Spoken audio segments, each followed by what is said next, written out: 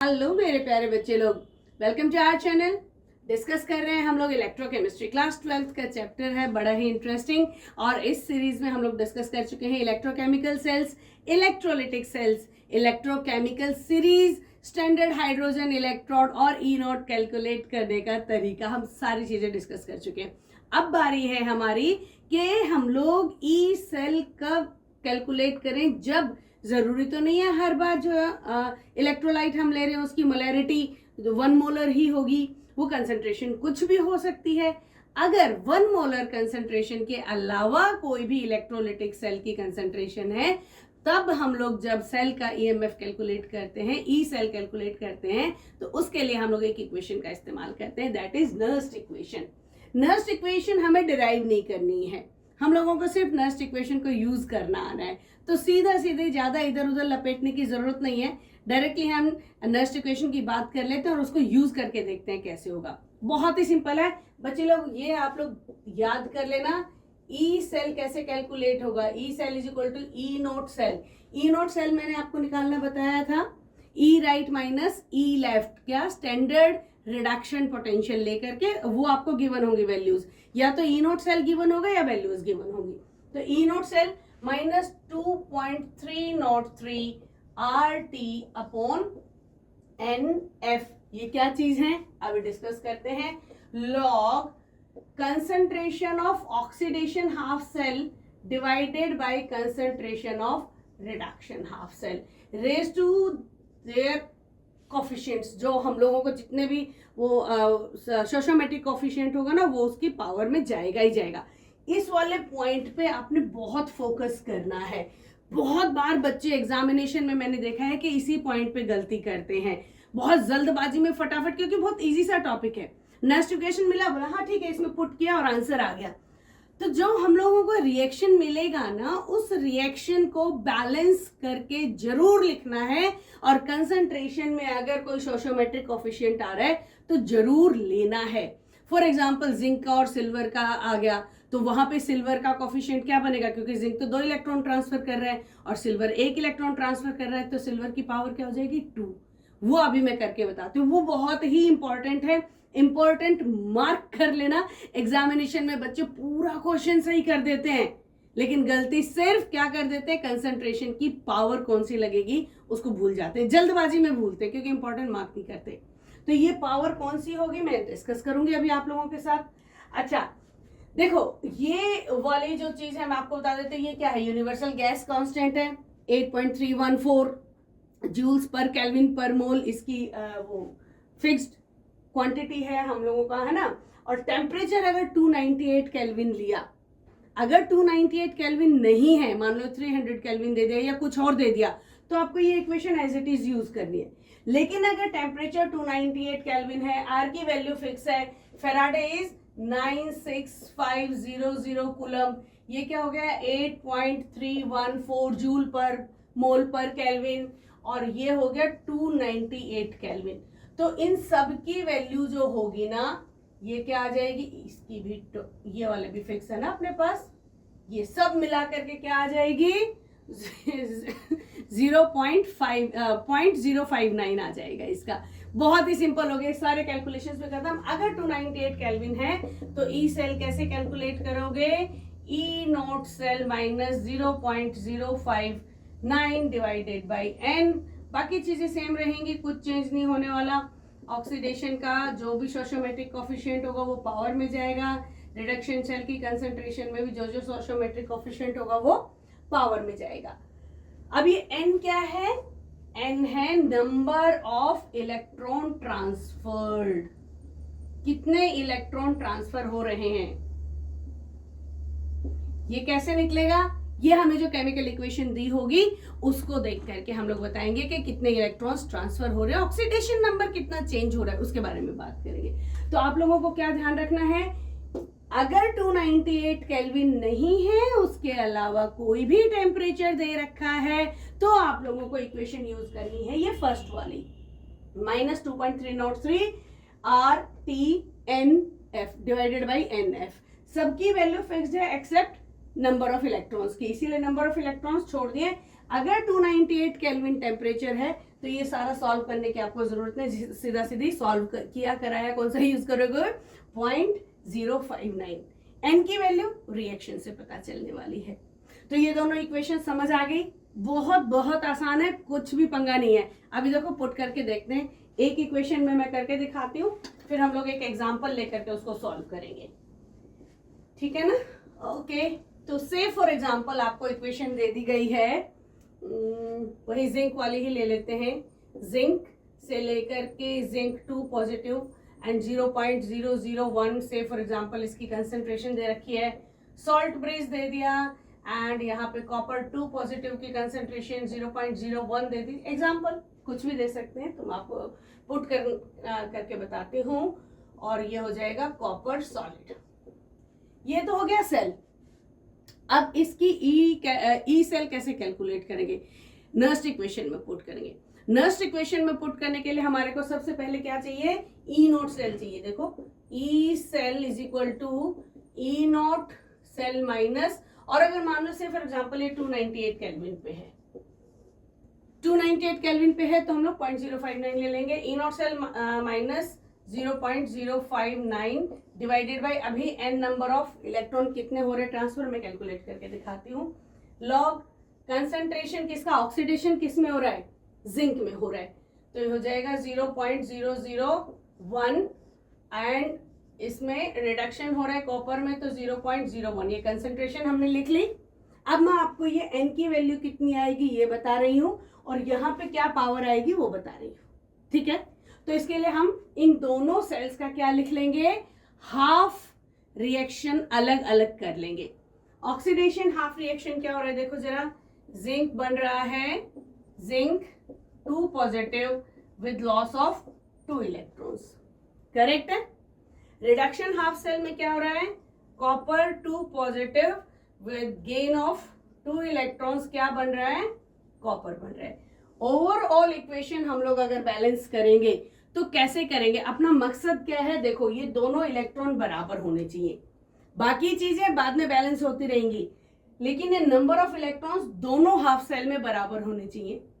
ये बराबर है तो हमें कुछ बैलेंस करने की जरूरत नहीं है, ये तो इससे कट जाएगा ना, हमें इलेक्ट्रॉन्स काटने हैं, इलेक्ट्रॉन बराबर होने हैं। तो नंबर ऑफ इलेक्ट्रॉन्स तो यहां से नजर आ गए, कितने ट्रांसफर हो गए 2, तो n की जगह आ जाएगा अपना यहाँ पर 2। अब देखो कुछ बैलेंस करने की जरूरत है, कुछ भी बैलेंस करने की जरूरत नहीं है। ये सीधा सीधा हमारे को अगर इस इक्वेशन को लिखना चाहे तो हम ऐसे लिख सकते हैं, कॉपर 2 पॉजिटिव क्या चला गया, जिंक 2 पॉजिटिव प्लस कॉपर। अब यहाँ पे कोई भी इन दोनों में सोशियोमेट्रिक कोफिशिएंट भी नहीं है, तो यहाँ पर इनकी पावर में भी कुछ जाने वाला नहीं है। अब इसको सॉल्व कर लेना है, बहुत सिंपल। और ई नॉट सेल कैलकुलेट करने के लिए अपने को मालूम है ना, गिवन होंगी, या तो ई नॉट सेल गिवन होगा या वैल्यूज गिवन होंगी। कॉपर का रिडक्शन पोटेंशियल 0.34 और जिंक का रिडक्शन पोटेंशियल -0.76 है ना, ई right minus E left, 0.34 minus 0.76 1.1 आ जाता है उसका। ये वाला आप कैलकुलेशन पिछली वीडियो में सीख चुके हैं, तो इसको डायरेक्टली पुट कर देते हैं। E cell is equal to 1.1 minus 0.059 divided by 2 log क्या हो जाएगा 0.001 डिवाइडेड बाई 0.01। अब तो कुछ करना ही नहीं है, लॉग 10 की वैल्यू आपको मालूम ही होती है, 1 आएगी। डेसिमल पॉइंट लगा दो कहीं पे भी चलेगा, लेकिन क्या कर दो 1 के साथ चाहे जितनी मर्जी 0 लगा दो, आगे लगा दो पीछे लगा दो, अल्टीमेटली क्या हो जाएगा लॉग 10 के उसमें आ जाएगा। अगर बच्चे लोग आप लोगों को लॉग कैलकुलेशंस अच्छे से नहीं आते तो प्लीज कमेंट करना, मैं डेफिनेटली उसकी एक बड़ी प्यारी सी वीडियो बना दूंगी जिससे कि आपको लॉग कैलकुलेशंस बहुत आसान हो जाएंगे। तो इस वाले क्वेश्चन को आप सॉल्व कर सकते हो। अब तो हो ही गया सॉल्व, डिवाइड कर दो, लॉग की वैल्यू रखो, आंसर आ गया। इस तरह से नर्स्ट इक्वेशन को रखा जाता है और कैलकुलेट किया जाता है। मैं 2-3 एग्जांपल और करा देती हूँ जहां पे n की वैल्यू कैलकुलेट करना, नंबर ऑफ इलेक्ट्रॉन्स कैलकुलेट करना, 1-2 एग्जांपल्स में और सीख लेते हैं, और उसमें पावर भी चेंज वाला कुछ बताती हूँ मैं तुम्हारे को। लिख लेती हूँ कुछ क्वेश्चंस, एनसीईआरटी के ही ले लेते हैं, वो ज्यादा बेनिफिशियल रहेगा, और करते हैं सॉल्व इसको। देखो बच्चों एक काम करते हैं, अभी ये दो इक्वेशंस मैंने ले लिए हैं, एनसीईआरटी के ही क्वेश्चंस हैं ये। इन दोनों इक्वेशन में हम नंबर ऑफ इलेक्ट्रॉन ट्रांसफर्ड भी कैलकुलेट कर लेंगे और कोई पावर में आ रही है कंसंट्रेशन किसी की तो वो भी कैलकुलेट कर लेंगे। बहुत सिंपल से इक्वेशंस हैं, पहले कैलकुलेट करके पुट कर लेते हैं। देखो पहला इक्वेशन ले लेते हैं। ये पहली इक्वेशन, सबसे पहले काम ही ये करना है हमको कि ट्रांसफर कितने हो रहे हैं इलेक्ट्रॉन्स, ये देखना है और इक्वेशन बैलेंस, उसके बाद इक्वेशन में पुट करेंगे। अगर पहले इक्वेशन में पुट करेंगे ना तो गारंटी है कि हम इतने एक्साइटेड हो जाएंगे, हाँ हाँ ये तो हमें आता ही है, और हम वो बैलेंसिंग वाला काम भूल जाएंगे। तो सबसे पहला काम नंबर ऑफ इलेक्ट्रॉन ट्रांसफर, उसके लिए पहले हाफ सेल लिख लो। पहला वाला क्या हो जाएगा, आयरन ने क्या किया है, 2 इलेक्ट्रॉन लूज किए हैं तो क्या बना है Fe2 पॉजिटिव। और यहाँ पे हाइड्रोजन ने क्या किया है, हाइड्रोजन आयन था, 1 इलेक्ट्रॉन गेन किया तो क्या बन गया हाइड्रोजन, लेकिन यहाँ क्या बन रहा है H2 बन रहा है ना, तो ये क्या हो जाएगा H2। H2 के लिए कितने आयन लेने पड़ेंगे, 2 हाइड्रोजन आयन, तो 2 हाइड्रोजन आयन कितने इलेक्ट्रॉन लेंगे, 2 इलेक्ट्रॉन्स लेंगे। हो गया बैलेंस, है ना। इलेक्ट्रॉन्स तो बैलेंस हो गए दोनों इक्वेशन में, बिल्कुल बहुत मजेदार बात हो गई। अब इसका मतलब अपने को n तो मालूम है, नंबर ऑफ इलेक्ट्रॉन ट्रांसफर्ड कितने हो गए इसमें, n इज इक्वल टू 2 हो गया। बहुत बढ़िया। अब अपने ने क्या करना है, हमने करना है E cell is equal to E naught cell minus 0.059 divided by कितना आ जाएगा, n की जगह हम क्या रख दें, अभी n की जगह हम पुट कर देते हैं 2 और लॉग करेंगे कंसंट्रेशन किसका, ऑक्सीडेशन सेल का। ऑक्सीडेशन किस में हो रहा है, आयरन में हो रहा है। आयरन की कंसंट्रेशन कितनी है, ये है, क्या हो जाएगा 0.001। बहुत अच्छे। आयरन में कोई भी सोशियोमेट्रिक कोफिशिएंट है क्या, नहीं है, तो पावर कुछ नहीं जानी। हाइड्रोजन की देखो कंसंट्रेशन कितनी है, हाइड्रोजन की कंसंट्रेशन है 1, सोशियोमेट्रिक कोफिशिएंट आ रहा है, बिल्कुल आ रहा है, कितना आ रहा है 2 आ रहा है, तो ये क्या हो जाएगा रेज टू द पावर 2। यहां पर ये इस तरीके से इक्वेशन पुट करने के बाद सॉल्व करने में कितनी देर लगनी है, अब तो कुछ भी देर नहीं लगनी। ई नॉट सेल कैलकुलेट कर लो, इसको 0.44 आ जाएगा आई सपोज, इसका रीचेक कर लेते हैं। तो ई नॉट सेल की वैल्यू आ जाएगी 0.44, इसको कैलकुलेट कर लेंगे क्योंकि आयरन की तो 0 होती है, तो ये हो जाएगा आपका आयरन नहीं हाइड्रोजन की 0 होती है। E cell is equal to 0.44 minus 0.059 divided by 2 log, and इसकी कंसंट्रेशन कितनी, दिस इज 0.001 डिवाइडेड बाई 1 का स्क्वायर। बहुत सिंपल, कर दो अब सॉल्व, कितनी देर लगनी है। अच्छा देखो करा ही देती हूँ मैं तुम्हारे को। ये हो गया आपका E cell is equal to 0.44 minus ये हो जाएगा कितना 0.0295 है ना, and this will be log 10 raise to the power -3 हो जाएगा ना, इसको लिख सकते हैं 10 रेज टू द पावर -3, तो -3 आ जाएगा बाहर, लॉग 10 की वैल्यू 1, तो ये हो जाएगा E cell is equal to 0.44 minus 0.0295 multiplied by -3, क्योंकि -3 आ जाएगा बाहर, -3 लॉग 10, लॉग 10 की वैल्यू 1। इसको मल्टीप्लाई करेंगे तो आंसर आ रहा है 0.44 माइनस ये हो जाएगा आपका -0.088। इसको मल्टीप्लाई करके देख लो, आ जाएगा। अब इसको सॉल्व कर लेना, बस अब नीचे जगह नहीं बची, अब तुम्हारी बारी। हो गया ना, इजीली सॉल्व होना, ये इसी तरीके से होगा। अब इसको और देख लेते हैं, एक और क्वेश्चन। अब की बार तो तुम फटाफट से पुट कर दोगे, मुझे मालूम है। इसको इरेज कर देते हैं, जगह बना लेते हैं। अच्छा एक बात तो मैं बताना ही भूल गई तुम्हें, क्या, जितनी भी वीडियोस है ना, सरप्राइज, डिस्क्रिप्शन में जाकर के चेक करो, इन्हीं कॉन्सेप्ट्स पे, जिस चीज की वीडियो है उसी के कॉन्सेप्ट पे आपको एमसीक्यूज मिलने वाले हैं, वो भी आंसर्स के साथ प्रैक्टिस के लिए। फटाफट से सॉल्व करो, डिस्क्रिप्शन चेक करो, क्वेश्चन सॉल्व करो, आंसर देखो सही है कि नहीं। अगर नहीं है तो कमेंट करके मुझे बताओ क्या हो रहा है, कहाँ अटक रहे हो, क्या प्रॉब्लम हो रही है, इस काम को जरूर करना। तब तक हम दूसरा वाला क्वेश्चन सॉल्व करते हैं। इसको इरेज कर दूं, चलो इसको इरेज करके जगह बना लेते हैं। जगह साफ कर ली, क्लीन कर लिया, अब इसको करते हैं हम लोग, ठीक है।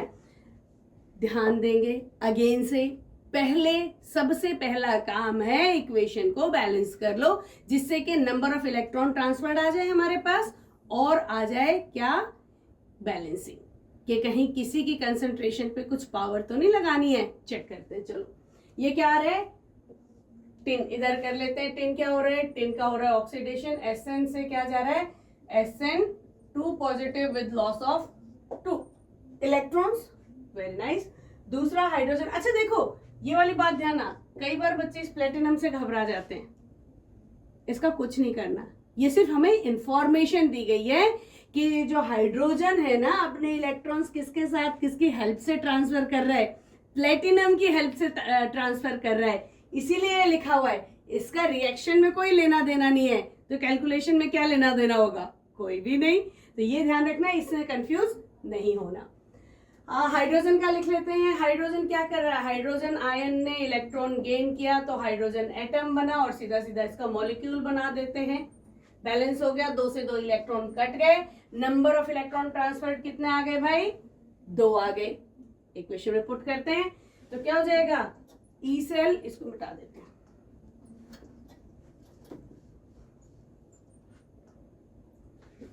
E cell is equal to E naught cell minus 0.059।